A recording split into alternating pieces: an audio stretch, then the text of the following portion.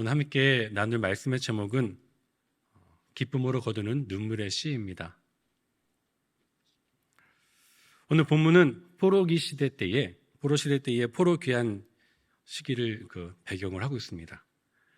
본문의 표제어를 보면은 성전으로 올라가는 씨라고 적혀 있습니다. 예레미야 선지자가 이제 70년 포로기 시대를 예언한 뒤에 그 포로 70년을 마치고 말씀하신 대로, 하나님 말씀대로 백성들이 돌아오면서 지어진 시로 보고 있습니다. 본문 2절을 보면은 1절을 보면은 이렇게 말씀하고 있습니다. 여호와께서 시온의 포로를 돌려 보내실 때 우리는 꿈꾸는 것 같았도다. 우리가 꿈꾼다는 표현은, 이거 꿈 같다 이런 표현은 언제 하나요? 정말 꿈인지 생시인지 모르겠다. 마치 내가 할 수 없는, 이룰 수 없는, 정말 소망하는데 마치 그것이 이룰 수 없을 것 같은 것들을 볼 때에 정말 꿈꾼다 이렇게 표현하죠. 이스라엘 백성들이 돌아올 때에 자기들이 할 수 없었던, 자기들의 능력으로 할 수 없었던 이들을 하나님께서 이루어 주신 것을 보면서 꿈꾸는 것 같았도다라고 표현했습니다. 그러니까 내가 할 수 없는 일을 하나님께서 이루어 주신 것을 인정하는 것으로 시작하는 거죠. 이 시편 말씀을 통해서 하나님의 은혜와 구원의 기쁨, 그것을 오늘 126편을 통하여서 기쁨으로 거두는 눈물의 세 가지 씨앗을 한번 나눠보고 싶습니다. 여러 가지 있겠지만 그 중에서 저는 세 가지를 한번 말씀드려 보겠습니다. 첫 번째로 눈물의 씨앗은 우리가 뿌리면서 눈물로 뿌려야 될 첫 번째 씨앗으로 저는 회개를 말씀드리고 싶습니다. 회개는 방향의 돌이킴입니다. 죄를 향하여 살아가던 우리의 삶이 죄로 나가다가 그것이 잘못된지를 깨닫고 돌이켜서 우리의 시선을 하나님께 돌리고 방향을 전환시키는 것을 우리는 회개라고 말합니다. 방향성이 중요한 이유는 아무리 빨리 간다 하더라도 빨리 간 그 방향이 잘못됐다면 다른 길로 가는 거죠.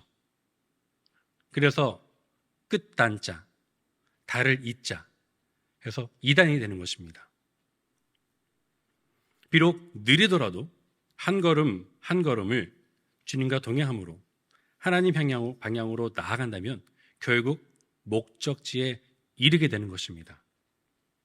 구원으로 가는 거죠. 포로기에 살던 백성들이 하나님께 자신들의 죄를 자복하고 회개하며 자신들을 회복해 주심을 간구했던 기도를 우리는 볼 수 있습니다.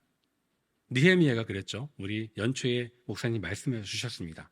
느헤미야가 하나님 앞에 자기들의 고향이 성전이 무너진 것과 성벽이 무너진 것을 보면서 울면서 하나님께 자기의 죄를 자복하고 백성들, 조상들의 죄를 자복하고 하나님께서 말씀을 따르는 자들을 어떻게 회복해 주시는지라고 했던 기도를 우리는 느헤미야 1장 5절부터 11절 말씀을 통하여서 알 수 있습니다. 너무 길어서 말씀은 안 읽어드리고 좀 할게요. 느헤미야가 예루살렘에 파괴된 상황을 알게 되자 국가의 죄를 자각하고 하나님 앞에서 회개하고 도움을 청하는 기도입니다. 또 하나 있죠. 다니엘이 기도했습니다. 9장 4절부터 19절 말씀인데 이 말씀도 다니엘이 예루살렘의 파괴와 이스라엘의 죄를 알게 되자 하나님 앞에 회개하고 용서와 인도를 청하는 내용을 담고 있습니다. 회개죠. 회개 기도의 특징은 자신의 죄를 자각하고 내가 얼마나 죄인이고 잘못된 삶을 살았는지 말씀을 떠나서 살았는지 깨닫고 그것을 고백하는 거예요. 나는 죄인입니다. 그리고 회개하고 방향을 전환하고 하나님의 은혜와 도움을 통한 변화를 다짐하고 돌이켜서 저 그렇게 살게요 라고 삶을 다짐하면서 그리고 하나님의 구원과 인도를 기대하는 것입니다. 돌이키고 나아갈 때에 그 속에서 나를 다시 말씀의 길로, 하나님의 방향으로 인도하심을 구하는 거죠. 그러면 우리는 하나님 앞에서 더욱더 그런 기도를 할 때에 겸손함으로 나아가고 겸손함으로 예배하게 됩니다. 오늘 우리가 눈물로 뿌려야 하는 회개의 씨앗은 무엇일까요? 네. 첫 번째 눈물의 씨앗은 회개라고 말씀드렸습니다. 우리가 회개로 나아갈 나의 몫이 있습니다. 우선은 쇠 속에 물들어 있던 나를 다시 하나님께 돌아오게 하기 위하여서 끊임없이 죄에 저항하는 회개의 눈물이 필요합니다. 우리는 세상을 살고 있잖아요. 그 세상 속에서 우리를 끊임없이 그 죄의 길로 인도하려는 그 유혹과 그 마음으로 나아가는 나를 저항해서 하나님께로 오게 하는 회개의 눈물이 필요합니다.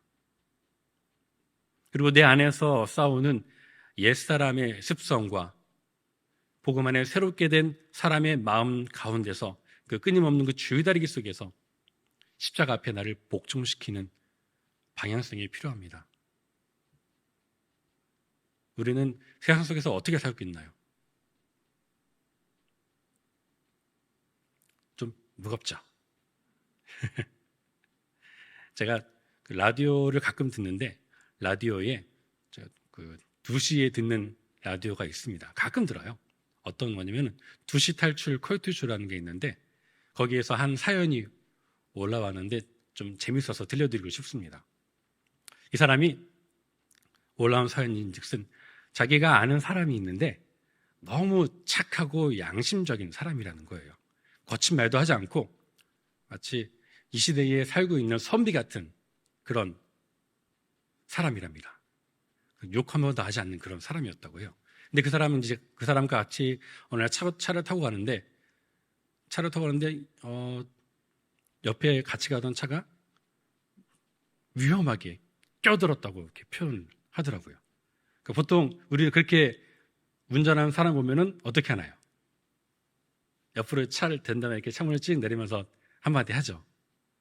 근데 이분도 가다가 이제 그 사람을 만나게 되니까 창문을 이렇게 찍 내리더니 이렇게 뭐라고 한마디 했답니다. 뭐라고 했을까요? 네, 입모양에서 보입니다. 네, 어떻게 했냐면은 욕! 이랬답니다. 다시 할까요? 욕! 심한 욕! 재미없군요. 네. 욕을 할 줄 모르니까 그분이 마음이 다급하니까 얼른 가서 창문을 내리고 욕! 이랬답니다. 예, 욕했대요. 재미가 없네요. 저 되게 재밌었는데. 그러니까 우리가 세상을 살면서 우리가 하는 말들, 하는 생각들, 그것이 우리를 드러냅니다.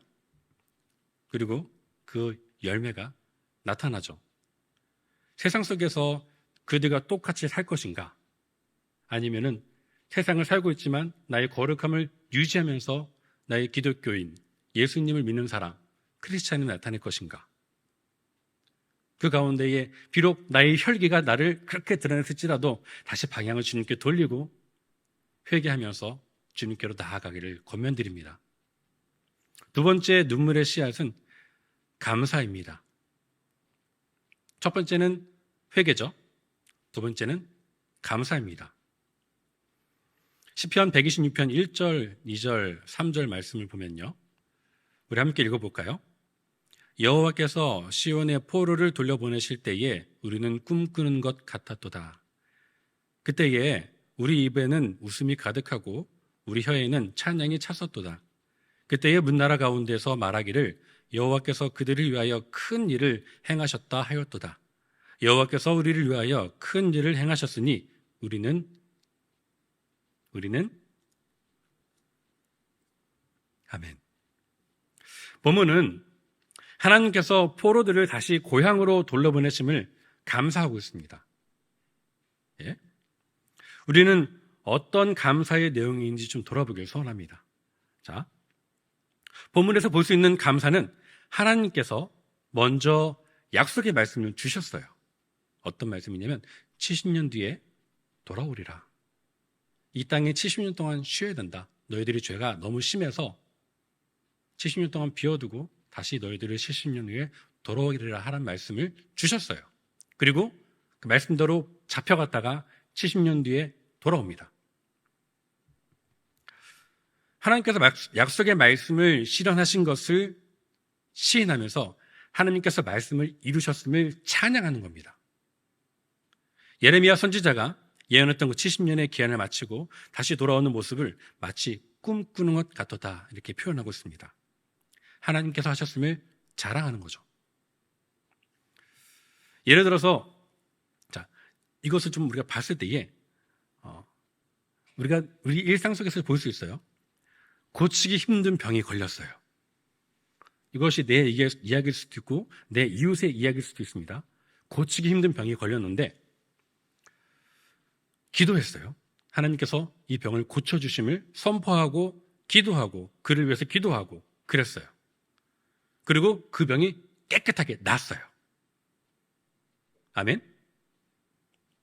그런데 그런 상황 속에서 이런 말을 하는 걸 들어본 적이 있을 겁니다. 어떤 말이냐? 정말 기도하고 고쳐준 건가? 아니면 에이, 나을 때 같아서 난 거야. 이런 말도 하고. 우리 일신교회 성도님들은 다 믿음이 좋으셔가지고 기도하고 난 걸로 믿습니다. 예. 근데 저쪽에 제가 겪어봤던 다른 분들은 그렇게 말씀을 또 하시더라고요. 분명히 함께 믿음으로 기도하고 분명히 나았는데 나을 때가 돼서 나았나? 라고 생각을 하는 분도 계셨어요. 믿음은 의심하지 않고 감사할 때 성장하게 됩니다.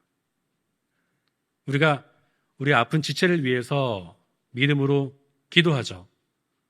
그 기도가 저는 응답될 것을 믿습니다. 2절을 보면요. 하나님께서 하신 일을 보고 이웃 나라들이 읽어드릴게요. 그때에 우리 입에는 웃음이 가득하고 우리 혀에는 찬이 찼었도다 하면서 그때에 문 나라 가운데서 말하기를 여호와께서 그들을 위하여 큰 일을 행하셨다 하였도다. 이 말을 보면요. 우리가 이 당한 이 감사한 일을 우리가 하나님께 감사했을 때에 주변 사람들이 이것을 보고 이것을 하나님께서 하셨다고 고백하게 되는 겁니다.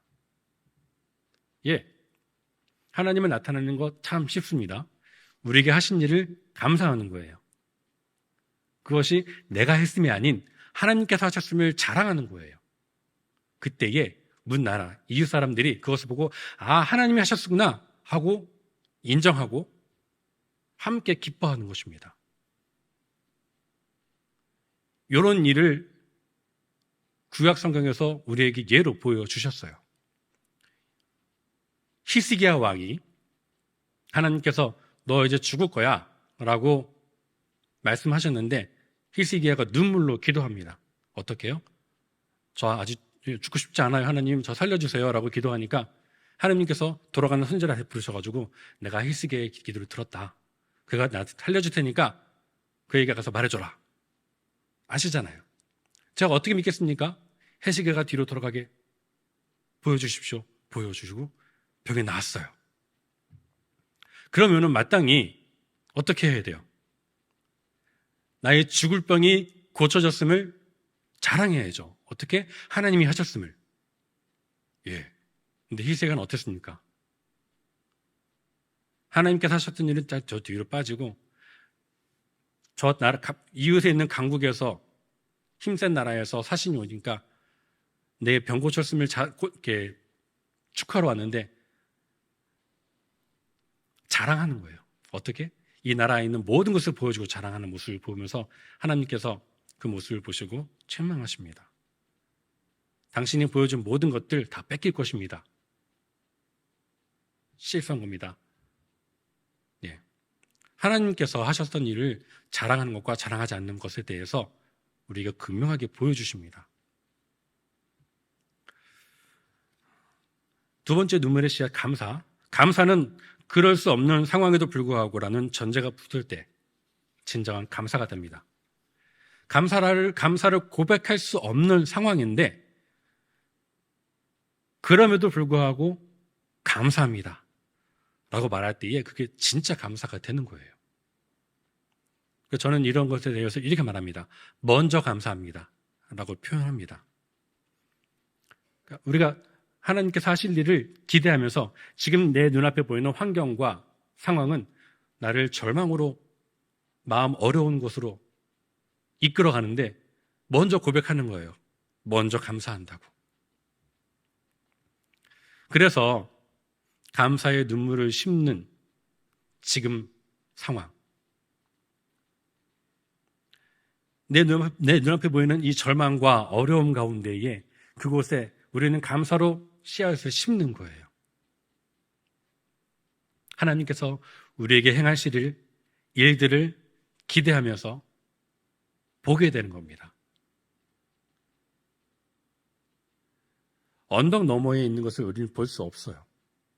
근데 감사는 그 언덕 너머에 있는 것을 기대하고 볼 수 있게 합니다. 감사의 능력입니다. 지금 자신을 괴롭히고 절망하게 하는 상황 가운데, 환경 가운데 직면했다면 먼저 감사로 하나님께 고백하는 저 여러분 되기를 권면합니다. 그 감사의 능력이 우리를 더 큰 믿음으로 이끌 것입니다. 세 번째 눈물의 씨앗은 소망입니다. 첫 번째는 회개, 두 번째는 감사, 세 번째는 소망. 126편 5절 6절 말씀인데요. 우리 한 목소리를 읽어볼게요. 시작. 눈물을 흘리며 씨를 뿌리는 자는 기쁨으로 거두리로다. 그 곡식단을 가지고 돌아오리로다. 아멘. 눈물을 흘리며 씨를 뿌리는 자는 기쁨으로 거두리로다. 울며 씨를 뿌리러 나가는 자는 반드시 어떻게 해요? 반드시 기쁨으로 그 곡식단을 가지고 돌아오리로다 라고 말씀하고 있습니다. 본문을 보면 거두기 위해서 먼저 해야 될 일이 있습니다. 뭐죠? 뿌리는 거예요. 그것도 본문은 울면서 뿌린다고 표현하고 있습니다. 왜 울면서 뿌릴까요?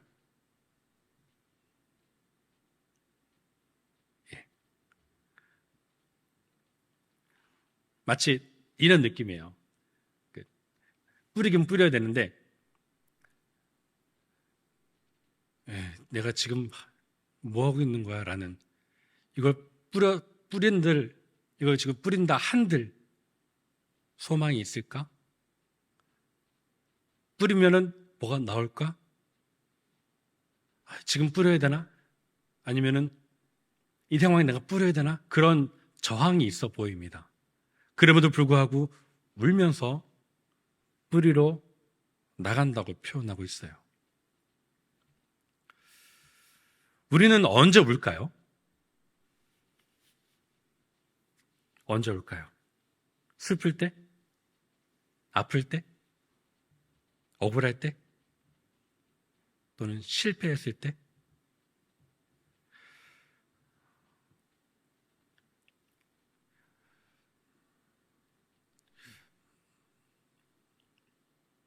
최근에 언제 우셨나요? 실패했을 때? 하고자 한 일이? 원하는 것이 실패했을 때 거기서 오는 허탈한 마음과 실패감이 우리를 울게 할 수도 있습니다.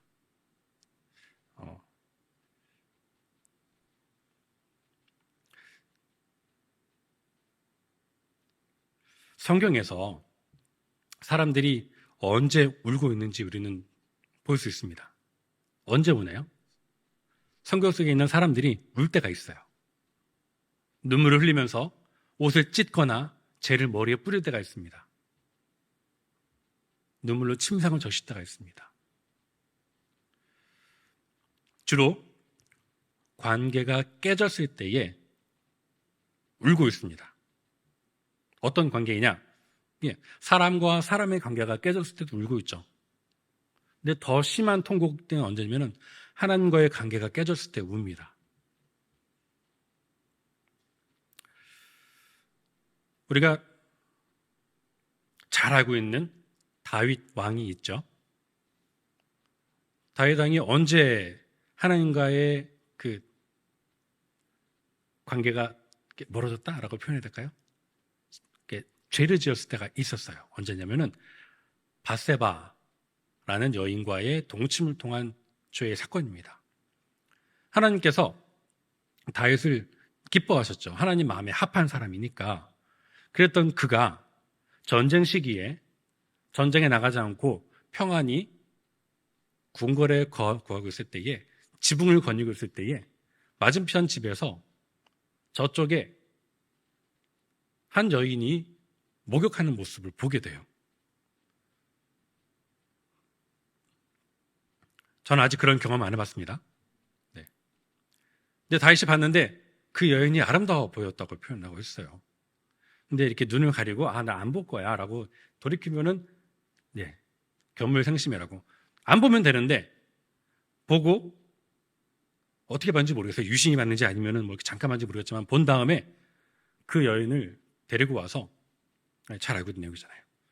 동침하고 아이가 생기니까 이 완전 범죄를 위해서 치밀한 계획을 세우죠.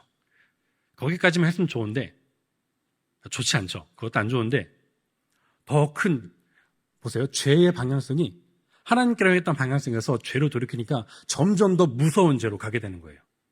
처음에는 간음죄였습니다. 그런데 그 간음죄에서 이제는 살인죄로 가게 되는 겁니다. 그것도 치밀한 계획적인 살인으로. 자기를 위해서 애쓰고 충실하게 싸우는 충직한 전사, 그를 손에 편지를 쥐어줘요. 어떤 편지? 자기를 죽이라고 써있는 편지를 줘서 전쟁터로 보냅니다. 그리고는 그 편지를 인해서 전쟁터에서 장렬히 전사하죠. 장렬히? 모르겠어요. 계획적으로 죽게 됩니다. 이것을 보시고 하나님께서 이것을 악하게 보신 다음에 다윗을 정죄하십니다. 다윗이 그 말을 듣고 어떻게 반응했는지 아시죠? 하나님께 눈물로 나아갑니다. 자기의 범죄함을 깨닫고 하나님께서 자기를 다시 그 구원의 기쁨과 하나님께로 다시 나를 돌이켜 주시옵소서라고 간절히 기도하죠. 시편 51편이죠. 내 속에 정한 마음을 창조하시고 나를 새롭게 하여 주옵소서라고 기도합니다. 애통하면서 눈물로 기도하죠. 왜? 하나님과의 관계가 깨졌기 때문에. 일단 나의 죄는 일단 뒤로 하고 하나님이 먼저 급한 거예요. 하나님과의 나의 관계가 깨진 그 상태가 너무 애통하고 슬프니까 우는 겁니다. 우린 그런 눈물을 흘리고 있는지 좀 보길 원합니다.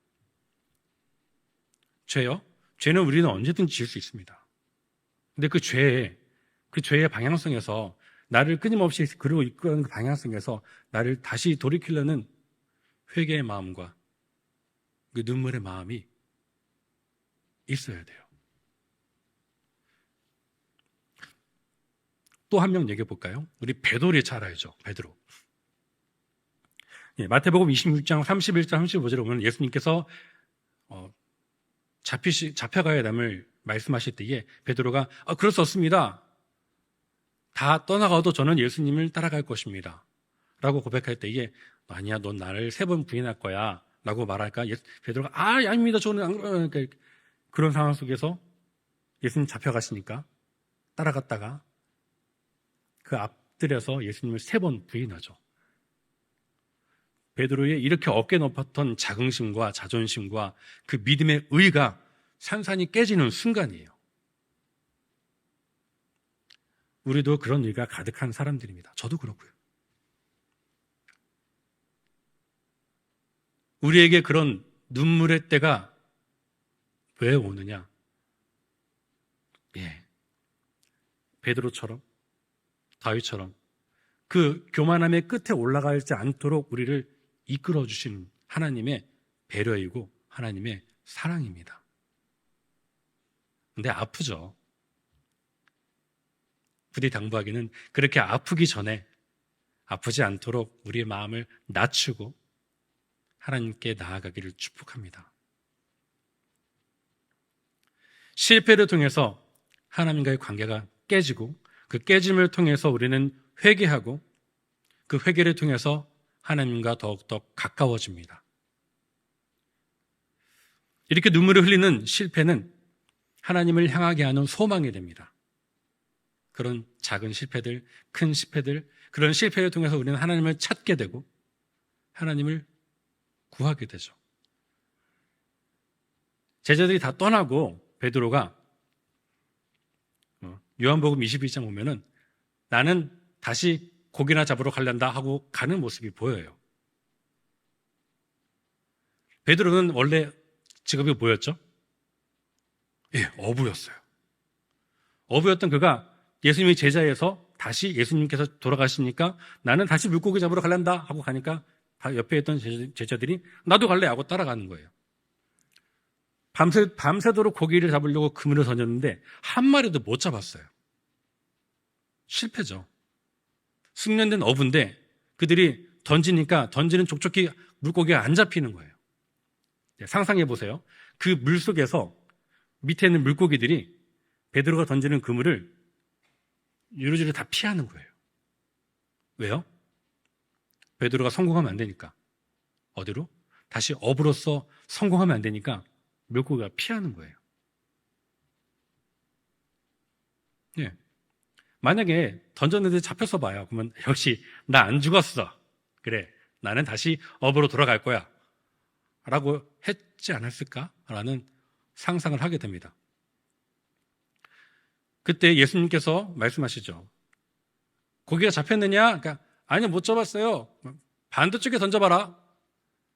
아, 내가 밤새도록 던졌지만 그래도 선생님 말씀 위해서 던져보겠습니다. 예수님 누군지 모르고 던져볼게요. 던졌더니 고기가 너무 많아서 그물이 끊어질 정도로 표현을 하죠. 그때 예수님 걸 깨닫고 나아가잖아요.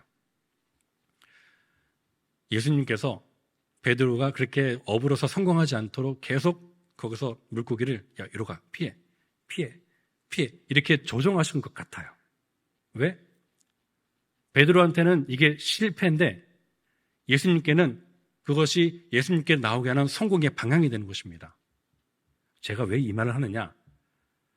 우리가 지금 겪고 있는 내 앞에 놓여진 내가 추구하는 것 중에서 실패로 다가온 것들이 있을 겁니다. 근데 그 실패가 하나님을 더 찾게 하는 성공의 방향이었다는 것을 말씀드리고 싶습니다. 상상해 보세요. 그게 성공했다면 지금 여기 있겠습니까? 거기로 갔겠죠. 거기가 어딘지 모르겠지만 그 실패마저도 하나님께서 선하게 사용하셔서 우리를 믿음의 길로, 구원의 길로 인도하셨습니다. 소망의 길이죠. 그런 어려움들, 그런 환난들. 로마서 5장 3절 4절 말씀 보면요. 다만 이뿐 아니라 우리가 환난 중에도 즐거워하니 이는 환난은 인내를, 인내는 연단을, 연단은 소망을 이루는 줄 압니다. 내게 다가온 아픔과 실패의 경험들이 우리가 믿음 안에서 그것을 받아들일 때에 우리는 결국 그 소망의 길로 가게 될 것을 믿습니다. 이렇게 우리는 눈물로 회개와 감사와 소망의 씨앗을 심습니다. 울며 씨를 뿌리러 세상으로 나갑니다. 그 걸음은 하나님을 향한 방향성이 됩니다. 세상을 향한 방향성이 아니라 그렇게 눈물로써 회개와 감사와 소망의 씨앗을 심을 때에 우리의 방향은 하나님을 향하게 되는 거예요. 그들이 반드시 그 곡식단을 가지고 기쁨으로 곡식단을 걷어서 하나님께로 나아가게 될 것입니다. 심은 것의 결과가 헛되지 않고 결실을 거두는 자의 마음은 어떨까요? 잘 심었어요. 근데 그 심은 것이 그 심은 그대로 나오는 거예요. 풍성이. 매 주일마다 우리 장로님께서 상추를 주십니다. 어찌나 맛있는지. 안 드셔보신 적은 없으세요? 이렇게 다 드셔보셨죠? 상추가 아주 달아요. 그 장로님께서 심으시고 심은 것을 기쁨으로 거두신 것을 우리 성도님들께 기쁨을 나눠주는 모습이 참 감사하고 감격적입니다. 자, 심는 것의 결과가 헛되지 않고 그 결실이 잘 거둔 자의 얼굴, 저는 그것을 장로님 얼굴에서 봅니다. 그렇다면 이 시간 여러분에게 또 저에게 스스로 이런 질문이 떠오릅니다. 오늘 나는 무엇을 심고 있는가? 나는 눈물을 흘리며 어떤 씨앗을 심고 있는가? 무엇을 심으시겠습니까? 믿음으로 씨앗을 심고 있는가? 아니면 사랑으로 또 씨앗을 심고 있는가? 믿음으로, 사랑으로 울면서 씨앗을 심고 있는가? 반대로 불평과 불만의 마음으로 씨앗을 심고 있는가? 미움과 다툼의 마음으로 씨앗을 심고 있는가? 너무 차이 나죠? 저는 믿음과 사랑으로 심는 씨앗을 심고 싶습니다. 중요한 것은 심은 대로 거두게 되는 거예요. 예. 콩 심은 데? 팥 심은 데? 네. 하나님의 공의입니다. 심은 대로 거두는 거예요. 내가 미움의 열매를 심었는데 사랑의 열매가 돌아온다? 감사하죠. 근데 그러지 않습니다.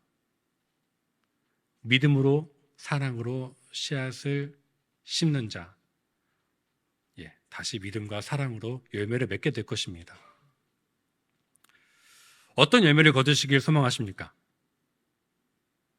지금 내가 하는 말들, 하는 행동들이 믿음과 사랑으로 심는 씨앗인지 스스로를 점검하고 돌아볼 필요가 있습니다. 믿음으로 심든 아니면 미움으로 심든 공통점은 다 눈물을 뿌리면서 심는 거죠. 하지만 결과는 다릅니다. 내가 운다고 해서 그것이 진짜 그 열매인지는 몰라요. 착각할 수 있어요.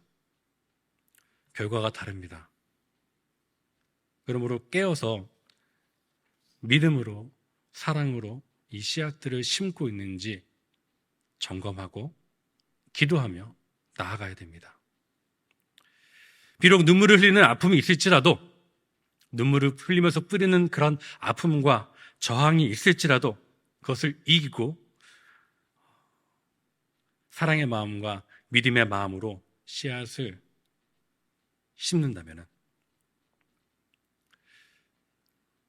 우리가 살면서 내 안에 끊임없이 올라오는 옛사람의 습성을 벗어버리고 끊임없이 올라오는 그 불평의 마음과 미움의 마음과 다툼의 마음을 이기고 극복하고 믿음과 사랑의 씨앗을 심는다면 우리에게 그것이 귀한 예매로 돌아올 것입니다.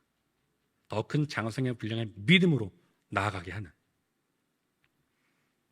이스라엘 백성들이 보여줬던 출애굽 광야의 삶이 우리에게 잘 말해줍니다. 생명과 죽음의 갈림길에서 어떤 씨앗을 심어야 하는지. 예수님은 이렇게 말씀하셨습니다. 마태복음 5장 4절에 애통하는 자는 복이 있나니 그들이 위로를 받을 것입니다. 그 마음으로 하나님 나라를 추구하는 자, 하나님 곁에 두시고 위로해 주십니다. 울며 씨를 뿌리는 마음은 나의 옛사람의 마음으로 인해서 어쩔 수 없는 그 부딪힘 속에 그럼에도 불구하고 믿음으로 내가 해야 될 일을 하는 것, 뿌리는 것, 그것이에요. 이것은 예수님을 따라가는 믿음의 생활 속에서 바로 예배자의 태도가 됩니다. 방향성이 됩니다. 예배로 나오는 복음을 위해 고난받기를 자청하면서 믿음과 사랑의 마음으로 회개와 감사와 소망의 씨앗을 뿌릴 때 반드시 기쁨의 단을 가지고 주님께로 나아가는, 그렇게 나아갈 수 있는 우리 예수님교회의 모든 공동체가 되기를 축복합니다. 기도하겠습니다.